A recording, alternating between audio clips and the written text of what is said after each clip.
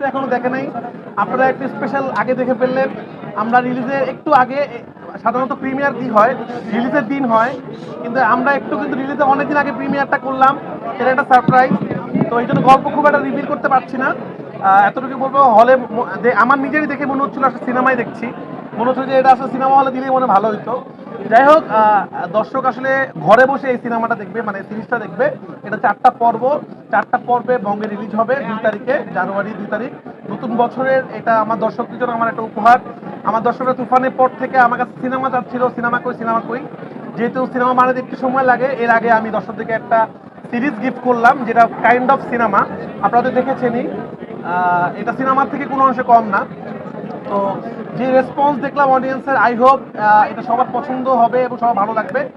আর দর্শকদেরকে বলবো, নতুন বছরে আপনারা মাত্র 30 টাকা দিয়ে দেখে ফেলুন ব্ল্যাক মানি।